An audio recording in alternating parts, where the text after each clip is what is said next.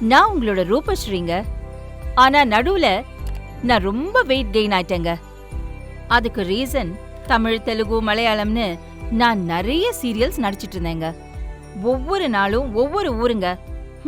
ஒவ்வொரு நாளும் ஒவ்வொரு சாப்பாடு. வெயிட் கோல்ட் ரேட் மாதிரி ஏறிக்கிட்டே போச்சுங்க. வெயிட் லாஸ் பண்ணணும்னு நான் டிசைட் பண்ணிட்டேன்.